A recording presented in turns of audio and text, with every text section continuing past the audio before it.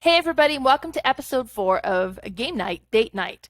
Game Night Date Night is in collaboration with Games and Couples. Now, Games and Couples do amazing thing. They concentrate on couple counseling, utilizing board game as a main tool. And one of the things that they've done is they've created their own rating system to help couples decide which game would best suit their needs. Now, this rating system is on 3 different topics, and it's from 1 to 5. Keep in mind, 1 is not bad, 5 is not good. It just depends on where you are as a couple and what you're looking for. So the first thing that the rating is on is conversation and connection potential. So some games have just so much going on that there's just no time to hold a conversation, while other games are a little bit more relaxed and you can have a nice conversation with your partner while you're playing. But depending on where you are as a couple, maybe this is a time of day that you guys reconnect with each other for after work, or and something that holds the conversation or allows to be able to hold a conversation is what you're looking for. Well, maybe things have been tense and you're trying to avoid sparking another fight, maybe, so having lower conversation while still being able to spend some quality time together is more what you're looking towards. So in that case, you would look for something that's a little bit on the lower side of the rating. The next thing that is rated on is the getting to know you. So some games is very much where you're doing your own thing. You have your own board, you're doing, like you're putting things on your own board, and there's very little interaction. And in that case, you would not really get to learn a whole lot about your partner while playing the game. While other games has a lot more interactions. You kind of, see how the other person think or how they make their decision, and you would learn a lot more about them. And the final thing that the rating is on is potential for hurt feelings and conflict. Let's face it, some of these games can be a little bit cutthroat. While some are more, cooperative, or there's very little potential for hurt feelings. If things are already tense in the relationship, you might look for something that's a little bit more on that lower scale here. Or maybe you're looking at working on conflict resolution, and this is a great way of doing that in a controlled environment, so you might want to look at something that's a little bit higher on this scale. So every week we've been showcasing a different game and kind of putting it through this rating system. So I'll talk about those for this episode. The first game we've showcased in the month of May was Radland.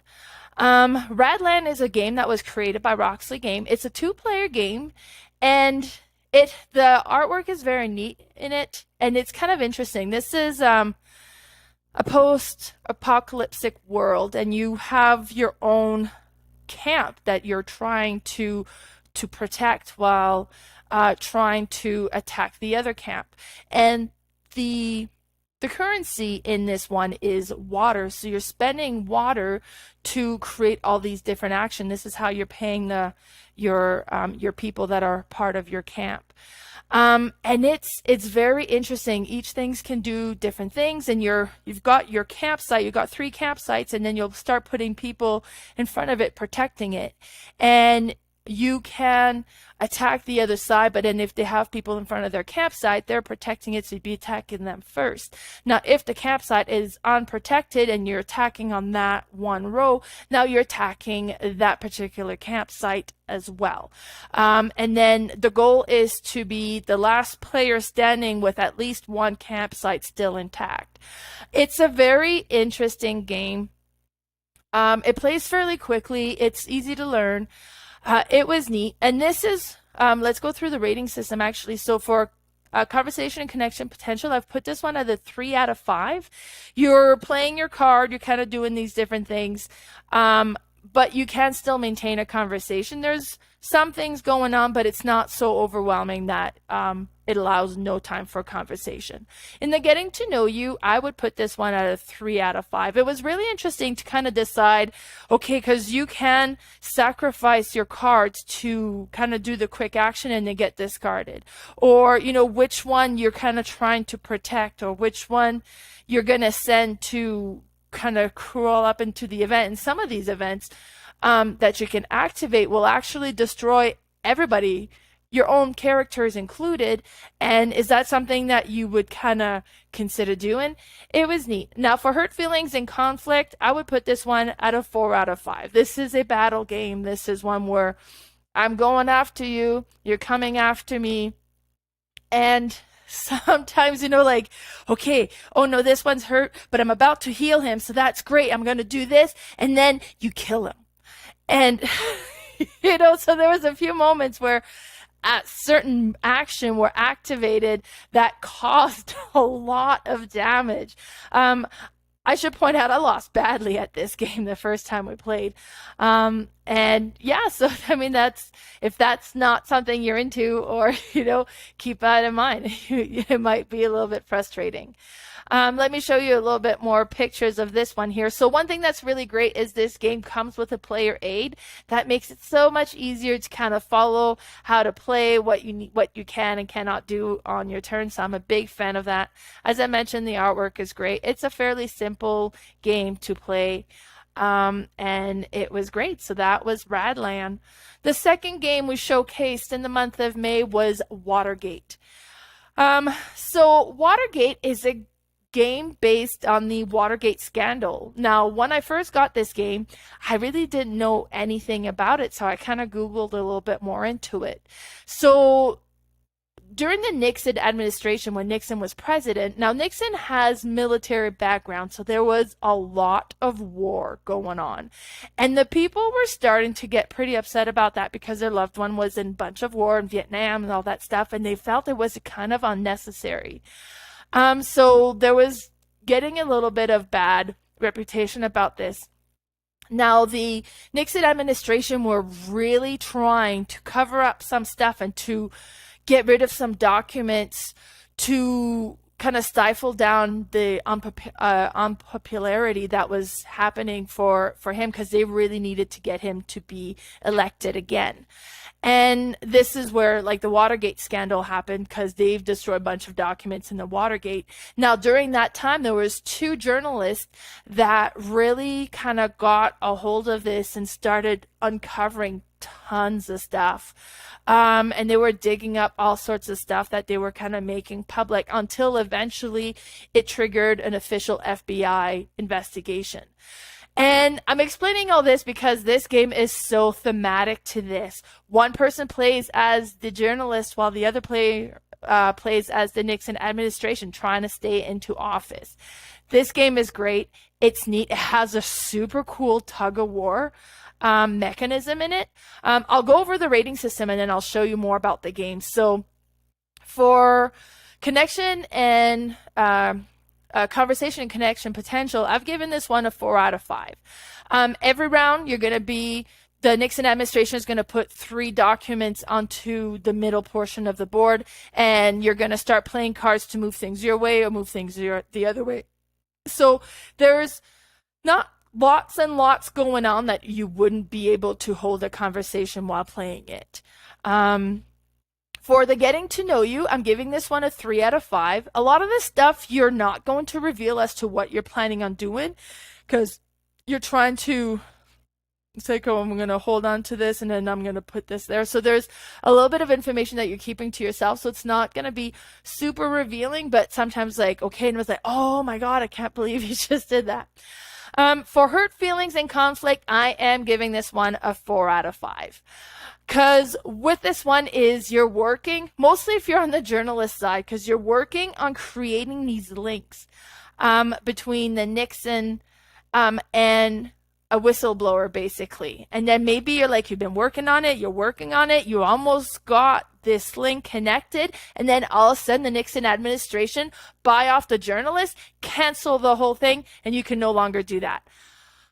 Oh my God, that can be frustrating. So I mean, it's part of the game. It's part of the fun. It works so well. But depending on how you are, this might be something that could be really upsetting. But let me show you a little bit more about the game. So on the side of the board there, you have that tug-of-war kind of area.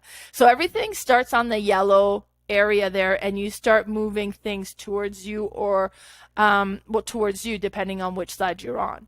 So you're going to be playing a card. In the top portion of the card, like the example here shows that you can move 2 spaces, either a yellow document or one of the little wooden token.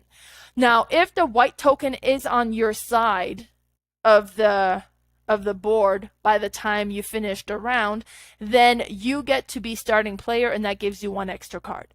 Now, if the red token is on your side at the end of the round, then if you're on the Nixon administration, the goal is to collect 5 of those, and then you get reelected. If you're the journalist, every one that you get, it'll kind of activate a special ability that you'll get access to, so you can start having a little bit more control. Now, those documents that are in the middle at the first, they're on the black side, so you don't know what they are. So you could play the one that says, okay, well, if there's a yellow document, I'd like to move it. So the Nixon administration knows what they are because they're their own documents. So they would reveal then if there is a yellow. Now, some documents have 2 colors, and they get to decide which one they would reveal if there's a yellow one. Now, if there is no yellow document, they would just say there's no yellow documents, and then you would use the card to move the token. Now, you also have the option to activate the bottom portion of that card, which has a much stronger action that you can do. And that's where you might be able to buy off an informant or different things like that. Now, keep in mind, however, if you're activating that card is discarded and it's out of the game for the rest of the game. And because every round you're going to reshuffle your cards. So if you've discarded them, now you can no longer do that action and you have less cards technically. So you want to be careful as to when you'll activate those bigger action. Now, the other part of the game that you're doing is when you get some of those documents on your side, you're going to go to the clipboard portion. So we have a picture of Nixon in the middle, and some area are yellow, there's blue areas, and there's green areas. So that's where you would have to put those colored documents on. Yellow would have to go on a yellow spot, blue would have to go on a blue spot, and so on. And you're trying to create a link between Nixon and one of the informants. So you would kind of strategically place your document. Now, Nixon, when he gets a document, is going to strategically position that document on the black side because he's destroyed that document and try to block the path that you're making. It's so neat, like that tug of war and then collecting the documents and putting it on the pegboard, trying to create a link. And you, as the journalist, you're trying to create 2 links to win the game. And as Nixon, you're trying to collect 5 of those red tokens, or the red tokens 5 times, so that you are reelected. Such a fun, neat game. This one was cool. Now, the next game that we showcased during the month of May was Raiders of the North Sea. This one is a worker placement game, and it has a worker placement mechanism that I found was quite unique. It's the first time I had seen it when I played this game. Now, so first I'll go through the rating system. So for conversation, connection, potential, I'm giving this one a 3 out of 5.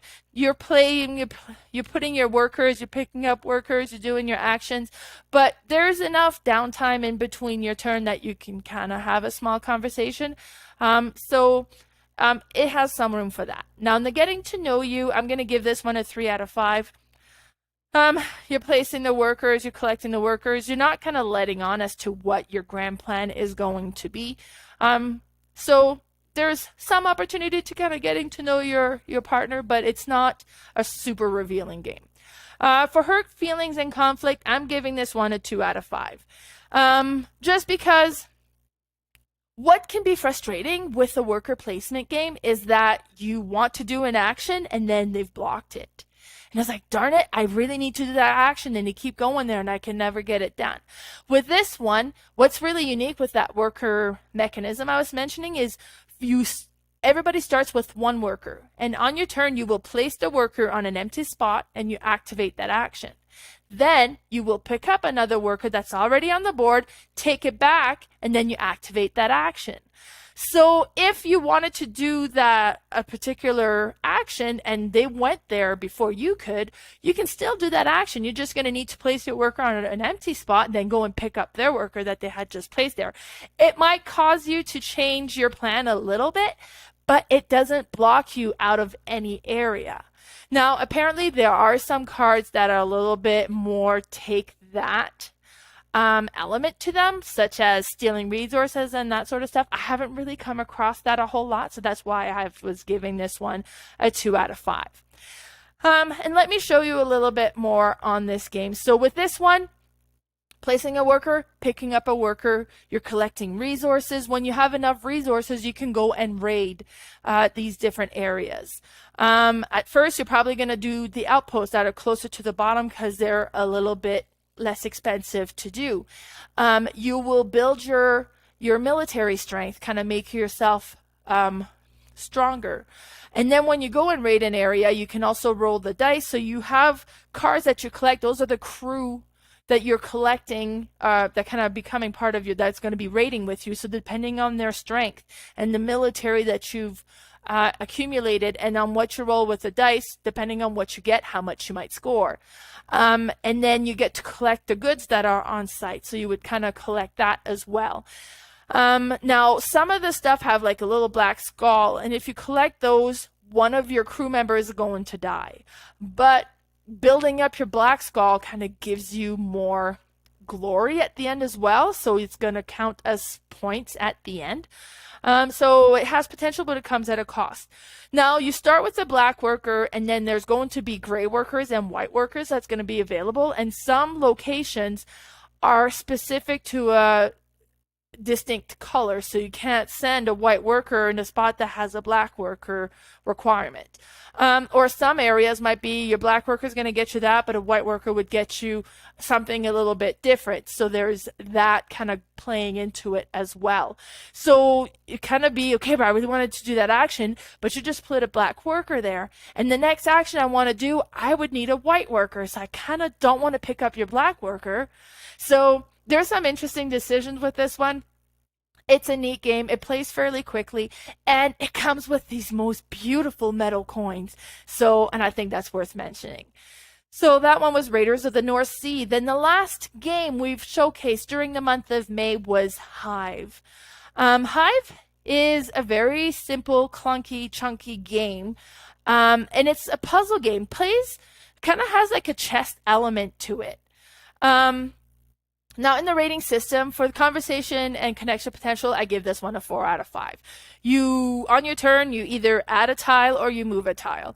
And then on their turn, they do the same. So there's lots of opportunity to hold a conversation while playing this game. For the getting to know you, I'm giving this one a 3 out of 5. It's interesting to see what type of strategy that they're going to, your partner is going to do, if they're going to notice what you're trying to do. So this one's neat for that. And then for hurt feelings and conflict, I'm giving this one a 2 out of 5. So the goal of the game is to play your queen bee and onto this grid, and you're trying to surround the other player's bee all around, and then that means you win the game. Now, it could be surrounded with your own pieces. It can be surrounded with their own pieces. It's just as soon as the queen bee is surrounded, they lose the game. Now, each tile has a different insect on it, and each insect is going to play a little bit differently. So the bee has to be part of the first 4 tiles that is played, because you can't be playing and not placing your bee, because then it kind of defeats the purpose. So one of the first few tiles you put on, the bee has to be part of that. When you place a new tile, it has to touch a tile of your own color. It can't be touching the other color's tile when you place it on the board. Later on, you can move it around as well. They all move differently. So the spider moves by 3 spaces. The ant can move on any outer edges. The beetle can move, I don't know if it's 1 spaces or more, but it can jump onto other pieces. And if you have a beetle on top of your piece, you can no longer move your piece. You're stuck.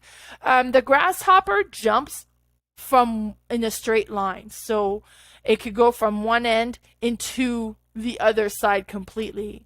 And it can go in any direction as long as it's in a straight line. The only thing you got to maintain is you cannot move a piece that would create some pieces to not be connected to the main hive anymore. So you got to make sure that things stays connected. Now, because of that, this is also a way that you can trap another player's insect.